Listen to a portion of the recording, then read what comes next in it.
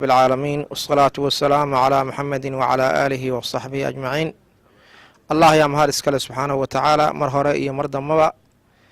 سيدا وزيرك وزارة عدالة يا arrimaha diinta ee dowladda Puntland uu ku dhawaaqay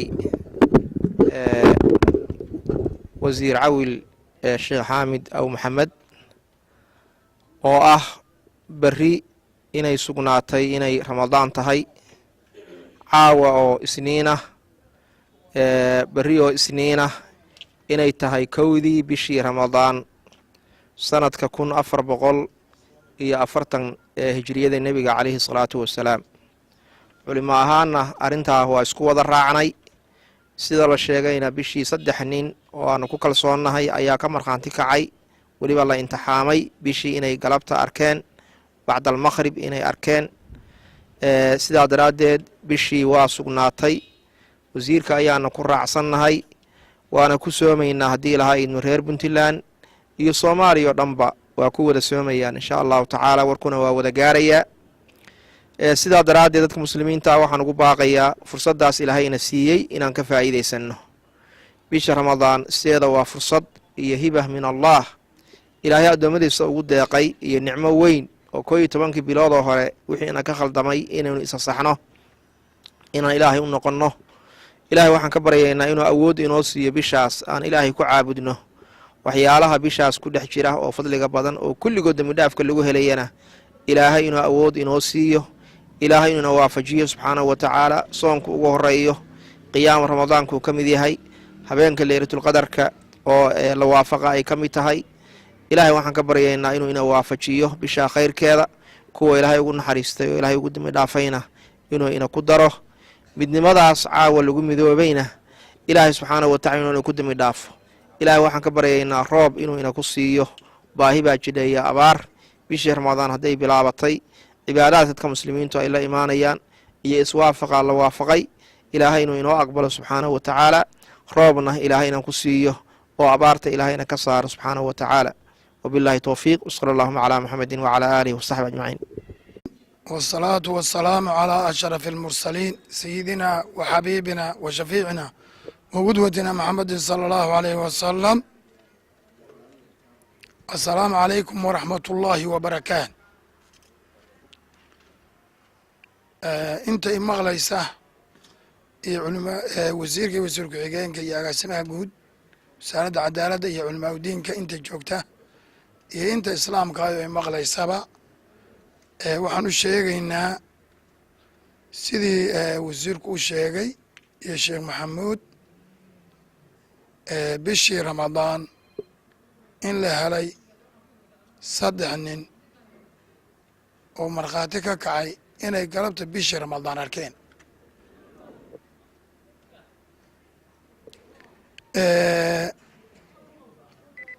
mar haddii shahaado la helay صوموا للرؤية وافضلوا للرؤية النبي صلى الله عليه وسلم أركوا الصوم أركنا كأفرا marka sidaas ayaan isku waafaqsanahay inay biri Ramadaan tahay haddii ilaahay inma wixii gaara oo baaqi noqda in insha allahu biidnillaahi albaari aynu soomayno oo awal Ramadaan ay noo tahay ilaahayna subxaanahu wa tacaala uu inaka koriyey inaynu iskhilaafno in aynu nidhaahno meel heblaa laga sheegayo meel heblaa laga sheegayo meel heblaa laga sheegayo yaa yaqaan iyo yaa taskiyeeye iyo nimankan oo nin imaan masjid ah haddana 12 sano uu yiri sheekh Ismaaciil Xaaji Cabdi oo kusmaa wasiirka wasaaradda cadaaladda waxaana qiinay 12 sano anigu waan ku soomayaa buu yiri inkaa waan aqaanaa macaamil baana dhex maray shaqooyin buu qabtay deris baan ahaan jirnay waxaa noo taskiyeeyey sheekh Ismaaciil hadda 3 bayna gaareen oo markaa 3 qof oo islaam oo hadee wax dan iyo wax qarad ay ka leeyihiin midna uusan jirin midba mar baan waraysanay waxay isku raaceen inay dhinaca waqooyi ay ducaana shubaysay inay arkeen xidiga hoostiisa inay ku beegnay nin walbana uu ma ku dhaaranaysaa waa ku dhaaranayaa inuu yihi bishaan oo caawa innaga agtayna ramadaan ka ah hadde waa bishii rugnu min arkaan islaam weeye marka hore marka xiga fadaa'il badan bay leedahay awaluhu raxma wa wasaduhu makfira wa aakhiru cidqu min annaar nebigu sala allahu alayh wasalam wuxuu inoo sheegay awalkeedu inuu tobanka hore naxariis inuu yahay awsadkeeduna dembi dhaaf yahay aakhirkeeduna in ilaahay uu naarta ilaahay ka xoreynaya kuwa ilaahay ka xoreynaya allahayna ku daraan leena madar khayr qabana allahayna siiyo caafimaad iyo cafina allahayna ku siiyo awood aynu ku soonno oo caafimaada ilaahayna siiyo tawfiiqdana allahayna waafajiyo madar baynu u faaqaysannahay bisha naxariis weeye ilaahay aynoo ku naxariistaan leenahay raxmad ilaahu nagu sii bisha ramadaan ilaahu noogu naxariiso oo naxariisteeda ilaahu noogu naxariiso madar khayr qaba ilahu nagu sii baan leenahay waxaan dadka islaamka amraynaa in la soomo wixii soonka burinayana laga digtoonaado ama thawaabta burinaya ama soonka caadi u burinaya in la iska ilaaliyo maalin ramadaan nebigu xadiis qudsi wuxuu ilaahay kaga weri kullu laxmin nabata bilxaaraan fannaaru awlaa bih hilib kasta oo xaaraan ku baxay oo bil ramadaan qof ka baxay naar baa u xaqlay inay goosato ilaahay aan ka cabsoonno ilaahay subxaanahu watacaala aan xusuusanno bishaas aan noolayno cibaado aan ku noolayno ictikaaf iyo qur'aan akhris waa bishii innagoo leylatulqadriga raadinaynaa ilaahay subxaanahu watacaala dee fadaa'isheeda iyo waxaan marka waxaan ku soo koobayaa war aan liibaanta rabbi aan ka faa'iidaysano allahayna waafajiye madarna allahayna siiyo dambi dhaaf allahayna siiyo tawfiiq allahayna siiyo muwaafiqiin midnimo allahayna siiyo soomaaliya maslaxad khayr qabta allah dhex dhigo puntland allah muwaafaqo siiyo dadkan diinta iyo dhaqanka iyo islaamnimadaba ku cayaaraya oo kufsiga iyo dilka iyo allah soo hanuuniya len allah soo hanuuniya wixii aan hanuunsanayna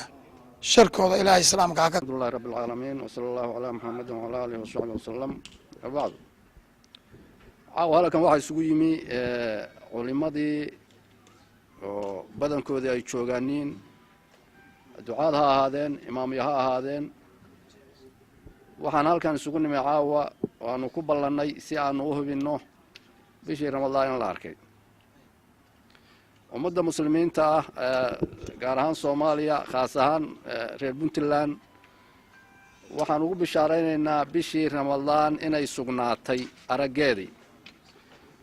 iyadoo aan meel kaleba aan la raadin laga arkay magaalada garowe waxaana arkay saddexdaa nin magacyadooda waxaa la kala yidhaahdaa ninka koowaad waxaa la yidhaahdaa nuur xuseen macallin ninka labaad waxaa la yidhaahdaa musab maxamed sheekh maxamed ninka saddexaadna waxaa la yidhaahdaa shacbaan maxamed aadan oo isagu ninkaasi hadda waxa uu imaam ka yahay masjid sharciga islaamka hal qof bay ku sugnaataa bisha ramadaan inuu arko oo caadil ah laakiin alxamdulilahi saddex nin bay noqotay nimankaasi kasta waa u imtixaanay su-aalo kasta waa la weydiiyey culimmadu waa weydiiyeen qof baa loogu yeeray oo loo waraystay isma khilaafin isku meel bay mareen waxay diyaar u noqdeen weliba in lagu dhaariyo oo kitaab jaamaca inay ku maraaniin oo waxa weeye dhaar ay ku maraaniin ayay diyaar u ahay arrintaasi markay noo sugnaatay oo aanu hubinnay culimmadii waxay isku raacday iyo wasaaraddii cadaaladda in berri ay soon tahay marka berri waa soomaynaa waxaan hambalyo u dirayaa anoo ku hadlaya magaca dawladda dhammaan dadka reer puntland iyo guud ahaanba dadka soomaalida ah inay berrito tahay bishii ramadaan ka inoo tahay ilaahayna amni inoo ku dhaliyey aan rajaynayna amni iyo barwaaqana inay ku dhammaato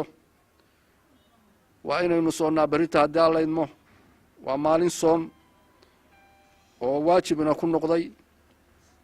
iyadoo aynu xaqiijinay oo anoo waxaan hadalka ugu celcelinayaa aan ta'kiidinaya khilaafku waa badan yahay waa laga yaabaa khilaaf badan inuu yimaado saddexdaa nin oo muslimiinta ah oo weliba nin ka midii uu yahay masjid imaamkii ayaa bishii sugay waa inaynu soonno marka mar labaad waxaan tahniyad u dirayaa anoo ku hadlaya magaca dowladda puntland dhammaan ummadda soomaaliyeed khaas ahaana dadka reer puntland anoo ugu bishaaraynaya khayrkaas iyo barwaaqadaas iyo bisha barakadeeda oo inoo ku soo folle berri uu inoo bilaabmi doonto sida caadadu inoo ahaan jirtay bisha ramadaan waa inaan ka faa'iidaysanno waa waqti ay ahayd dambiyo badan bayna ka soo dhacay ilaahayna inaynu noqonno ilaahay u toobad keenno iscafinno qof kasta qofka kale u cafiyo haddii uu wax madaalima iyo dulmi uu ka qabay qur'aan akhriska la badiyo cibaadada la badiyo salaada la badiyo ayaan ugu baaqayaa dhammaan dadka soomaalida ah khaas ahaan dadka reer puntland anugu iclaan bay ahayd inaan iclaamiyo bisha ramadaan waxaa kelmada inoo odhan doona haddii alla idmo oo iyaguna laba kelmadood aan siin doonaa labada sheikh oo kale ah sheekh maxamuud xaaji yuusuf iyo sheekh jaamac cali leebaan midnimaa ka dhacday caawa meesha cid ka maqani ma jirto waa la wada joogaa arrintaa waa in la ogaado oo qof kasta uu ogaado oo soomaali ah in berita haddii alla idmo ay tahay maalin ramadaan oo bishii ramadaan ka weynoo tahay haddana waxaan rabaa inaan kelmaddiisa aan siiyo sheekh maxamuud xaaji yuusuf intaada ka bixin hal su-aal baan rabaa inaan ku weydiiyo waxaad iclaamiseen ka dowlad ahaan in beri soom tahay inta badanna waxaa jira wadaadada dhexdooda ururo marka adoo bayaaminaya oo ballaarinaya warkaaga wadaadadii oo dhan miyay ku dhan yihiin halkan mise dowladda keliya oo iyo intii qaadata dowladda ku xeeran unbaa soomi karta mise wadaadadii oo dhan baa iyo dowladdii waa wada socotaayo hal mid baa la wada yahay meeshaan dowladdii iyo wadaadadii waa wada socdaan maanta saa la socotay waxaanu isugu yeelnay dhammaan jamaacaadkii islaamiga ah oo meesha macnaha joogay garow way joogaan laakiin dee magaalooyin kalena iyagaa matala waa isu wada keennay u malaymaayo cid yar baa ka maqnayd saan u malaynayo waa wada joogeen arrimahaas aanu ka wada hadalnay sida aanu u midayn lahayn soonqaadka oo dadkii aanu khilaafka uga yarayn lahayn annaguna khilaafka iska dayn lahayn oo dhinac isaga dhigi lahayn oo bishii ramadaan isku mar loo soomay lahaa isku marna loo afuri lahaa arrintaa waa isla qaadanay tallaabadii koowaadna caaway tahay oo arrintaasi guul bay noogu soo dhammaatay waa wada joognaa haddeer intayday maanta wada joogtay arrintaasina waa waxaanu u dhannahay weeye wax kaliyo dowladdu iyo wasaaraddu ay wadata maahan waa waxay u dhan yihiin culimadii iyo waxa weeyaan dhammaan dowladdu ay u dhan yihiin arrintaas si wada jira loo wada qaatay